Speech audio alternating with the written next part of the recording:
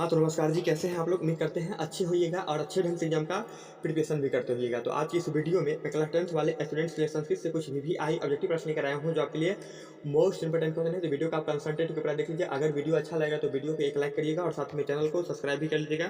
तो चलिए स्टार्ट करते हैं बिना किसी देरी का। देखिए, सबसे पहला क्वेश्चन आपके स्क्रीन पे है, अलग-तला में आग लगने पर कितने लोग नहीं भागे? तो मैं आपको बता दूँ, अलग-तला में आग लगने पर 4 लोग नहीं भागे, जो कि ऑप्शन आपका सी करेक्ट है, याद रखिएगा। अलग-तला में आग लगने पर 4 लोग नहीं भागे थे, बाकी सब भाग गया था। अगला क्वेश्चन देख लीजिए। अगला क्वेश्चन आपका, प्राचीन काल में शिष्यों को क्या कहा जाता था? तो मैं आपको बता दूं, प्राचीन काल में शिष्यों को ब्रह्मचारी कहा जाता था। याद रखिएगा, प्राचीन काल में शिष्यों को ब्रह्मचारी कहा जाता था, जो कि ऑप्शन आपका बी करेक्ट है। अगला क्वेश्चन देख लीजिए। अगला क्वेश्चन आपका, शिक्षक कैसा था? तो मैं आपको बता दूं, शिक्षक नवीन दृष्टि एवं संपन्न था। याद रखिएगा, शिक्षक नवीन दृष्टि एवं संपन्न था, जो कि ऑप्शन आपका सी करेक्ट है। अगला क्वेश्चन देख लीजिए। अगला क्वेश्चन आपका, ब्राह्मण के वेश में कर्ण के पास कौन जाता है? तो मैं आपको बता दूं, ब्राह्मण के वेश में कर्ण के पास इंद्र जाता है, जो कि ऑप्शन आपका सी करेक्ट है। याद रखिएगा, ब्राह्मण के वेश में कर्ण के पास इंद्र जाते हैं, जो कि ऑप्शन आपका सी करेक्ट है। अगला क्वेश्चन देखिए। अगला क्वेश्चन आपका, अपना नाम और रूप को छोड़कर नदियां कहाँ मिल जाती है? तो मैं आपको बता दूं, अपना नाम और रूप को छोड़कर नदियां समुद्र में मिलती है। याद रखिएगा, अपना नाम और रूप को छोड़कर नदियां समुद्र में मिलती है, जो कि ऑप्शन आपका बी करेक्ट है। अगला क्वेश्चन देख लीजिए। अगला क्वेश्चन आपका, गांधी सेतु पुल कहाँ स्थित है? तो मैं आपको बता दूं, गांधी सेतु पुल पाटलिपुत्र में है। याद रखिएगा, गांधी सेतु पुल पाटलिपुत्र में है, जो कि ऑप्शन आपका डी करेक्ट है। अगला क्वेश्चन देख लीजिए। अगला क्वेश्चन आपका, वीरेश्वर कौन था? तो मैं आपको बता दूं, वीरेश्वर मिथिला का मंत्री था। याद रखिएगा, वीरेश्वर कौन था? तो वीरेश्वर मिथिला का मंत्री था, जो कि ऑप्शन आपका बी करेक्ट है। अगला क्वेश्चन देख लीजिए।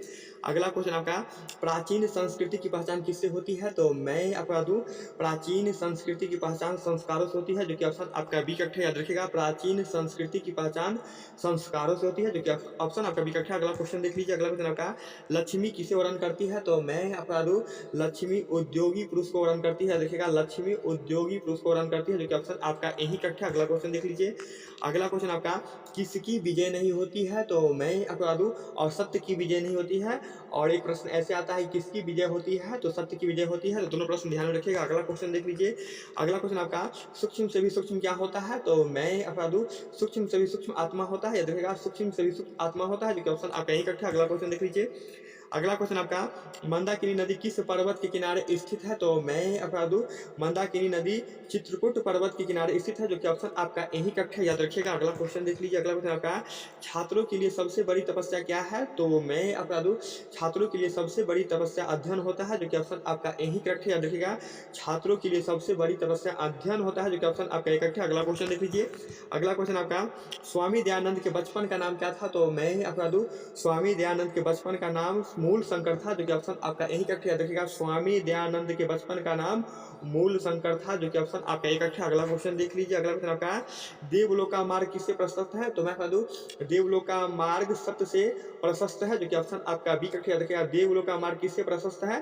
तो ये सत्य से है, जो कि ऑप्शन आपका बी करेक्ट है। अगला क्वेश्चन देख लीजिए। अगला क्वेश्चन आपका, पाटलिपुत्र में, एक मिनट, पाटलिपुत्र में किस महान पुरुष का जन्म स्थल है? तो मैं आपको बता दूं, पाटलिपुत्र में गुरु गोविंद सिंह का ये जन्म स्थल, याद रखिएगा, पाटलिपुत्र में गुरु गोविंद सिंह का जन्म स्थल है, जो कि ऑप्शन आपका सी करेक्ट है।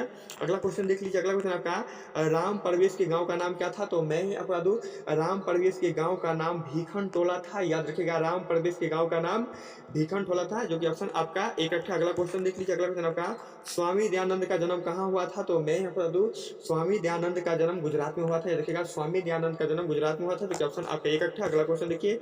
अगला क्वेश्चन आपका, दानवीर कौन था? तो मैं आपको दूं, दानवीर कर्ण था। याद रखिएगा, और कर्ण किनका पुत्र था? तो कर्ण सूर्य पुत्र था। याद रखिएगा, और कर्ण की माता जी का क्या नाम था? तो कर्ण के माता जी का नाम कुंती था। तो ये सभी प्रश्न याद रखिएगा। अगला क्वेश्चन देख लीजिए। अगला क्वेश्चन आपका, और शांति सागर के किनारे कौन दिखते हैं? तो मैं आपका दूं, और शांति सागर के किनारे कौन दिखते हैं? तो ये आपका ऑप्शन ए में है विद्यालय, और बी में संसार, और सी में राष्ट्र, और डी में विदेश।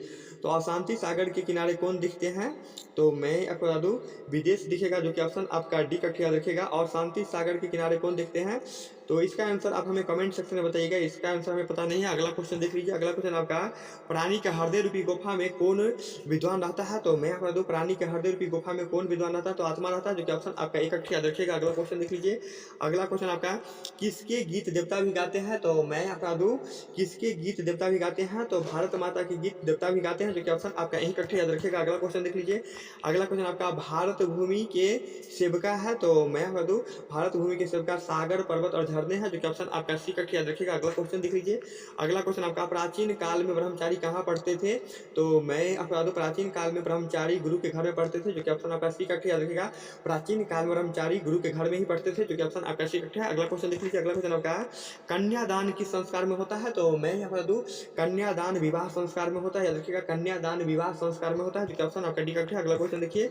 अगला क्वेश्चन आपका, चारों आलसियों को कैसे बाहर निकाला गया? तो केस से पकड़कर घसीटते हुए बाहर निकाला गया, याद रखिएगा। चारों आलसियों को केस से पकड़कर घसीटते हुए बाहर निकाला गया, जो कि ऑप्शन आपका बी कट है। अगला क्वेश्चन देखिए। अगला क्वेश्चन आपका, धूर्त कृत्रिम आलस दिखाकर क्या ग्रहण करते हैं? तो भोजन, याद रखिएगा। धूर्त कृत्रिम, कृत्रिम मतलब होता है बनावट, तो आलस दिखाकर क्या ग्रहण करते हैं? तो भोजन ग्रहण करते हैं, जो कि ऑप्शन आपका सी कट है। अगला क्वेश्चन देखिए। अगला क्वेश्चन आपका, हमारा कर्तव्य भारत के प्रति क्या होना चाहिए? तो हमारा कर्तव्य भारत के प्रति राष्ट्रभक्ति होना चाहिए, याद रखिएगा। हमारा कर्तव्य भारत के प्रति राष्ट्रभक्ति होना चाहिए, जो कि ऑप्शन आपका यही कट है। अगला क्वेश्चन देखिए। अगला क्वेश्चन आपका, किसको धन देना चाहिए? ऑप्शन ए में है दरिद्र को, और बी में रजा को, और सी में विद्वान को, और डी में था ये धनवान को। तो मैं बता दूं, किसको धन देना चाहिए? तो दरिद्र को देना चाहिए, जो कि ऑप्शन आपका यही कट है। अगला क्वेश्चन देख लीजिए। अगला क्वेश्चन आपका, एक देश दूसरे देश की उन्नति को देखकर क्या करता है?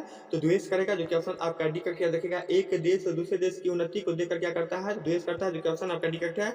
अगला क्वेश्चन देख लीजिए। अगला क्वेश्चन है आपका, भारत में किस महान परंपरा को सुनाया जाता है? तो शास्त्रों को, याद रखिएगा। भारत में किस महान परंपरा को सुनाया जाता है? तो ये शास्त्रों को सुनाया जाता है, जो कि ऑप्शन आपका यही कट है। अगला क्वेश्चन देख लीजिए। अगला क्वेश्चन है आपका, एक मिनट के, क्या है क्वेश्चन? अगला क्वेश्चन है आपका, कुंती का पुत्र कौन था? तो इसका आंसर आप हमें कमेंट सेक्शन में बताइएगा, पीछे मैं बताया हूँ। अगला क्वेश्चन देख लीजिए। अगला क्वेश्चन आपका, शरीर में सदैव रहने वाला मनुष्यों का महान शत्रु कौन है, अर्थात दुश्मन कौन है?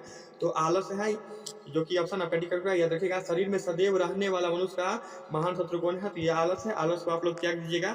अगला क्वेश्चन देख लीजिए। अगला क्वेश्चन आपका, राम प्रवेश का घर किस तरह का था? तो मैं आपको बता दूं, राम प्रवेश का घर किस तरह का था? तो कुटिया था, कुटिया की तरह का था, कुटिया की तरह था, जो कि ऑप्शन आपका यही कट है, याद रखिएगा। अगला क्वेश्चन देख लीजिए। अगला क्वेश्चन है आपका, प्रतिदिन आलसियों को भोजन कौन देता था? तो मैं आपको बता दूं, प्रतिदिन आलसियों को भोजन मिथिला के मंत्री बृहस्पति देते थे, जो कि ऑप्शन आपका सी कट है। अगला क्वेश्चन देख लीजिए। अगला क्वेश्चन आपका, मेगास्नीज किसके समय पटनाया था? तो मैं आपको बता दूं, मेगास्नीज चंद्रगुप्त मौर्य के समय पटनाया था, जो कि ऑप्शन आपका सी कट है। अगला क्वेश्चन देख लीजिए। अगला क्वेश्चन आपका, गाँव से कितनी दूरी पर सरकारी स्कूल था? तो गाँव से कितनी दूरी पर सरकारी स्कूल था? तो एक कोस, याद रखिएगा। गाँव से एक कोस दूरी सरकारी स्कूल था, जो कि ऑप्शन आपका यही करेक्ट है। अगला क्वेश्चन देख लीजिए। अगला क्वेश्चन आपका, बाल विवाह के विरुद्ध किसने महान प्रयास किया? तो मूलशंकर ने किया, जो कि ऑप्शन आपका यही करेक्ट है। अगला क्वेश्चन देख लीजिए। अगला क्वेश्चन आपका, वीरेश्वर का स्वभाव कैसा था? तो वीरेश्वर दानशील और ईमानदार था, जो कि ऑप्शन आपका यही करेक्ट है, याद रखिएगा। अगला क्वेश्चन देख लीजिए। अगला क्वेश्चन आपका, राम प्रवेश ने स्नातक परीक्षा में कौन सा स्थान प्राप्त किया? तो प्रथम स्थान प्राप्त किया, जो कि ऑप्शन आपका सी करेक्ट है, याद रखिएगा। राम प्रवेश ने स्नातक परीक्षा में कौन सा स्थान प्राप्त किया? तो प्रथम स्थान प्राप्त किया, जो कि ऑप्शन आपका सी करेक्ट है। और 40 प्रश्न था, तो उम्मीद करते हैं ये वीडियो आपको समझ में आया है। तो वीडियो को एक लाइक कर दीजिए और साथ में चैनल को सब्सक्राइब कर लीजिए। ओके, तब तक के लिए बाय, मिलते हैं नेक्स्ट वीडियो।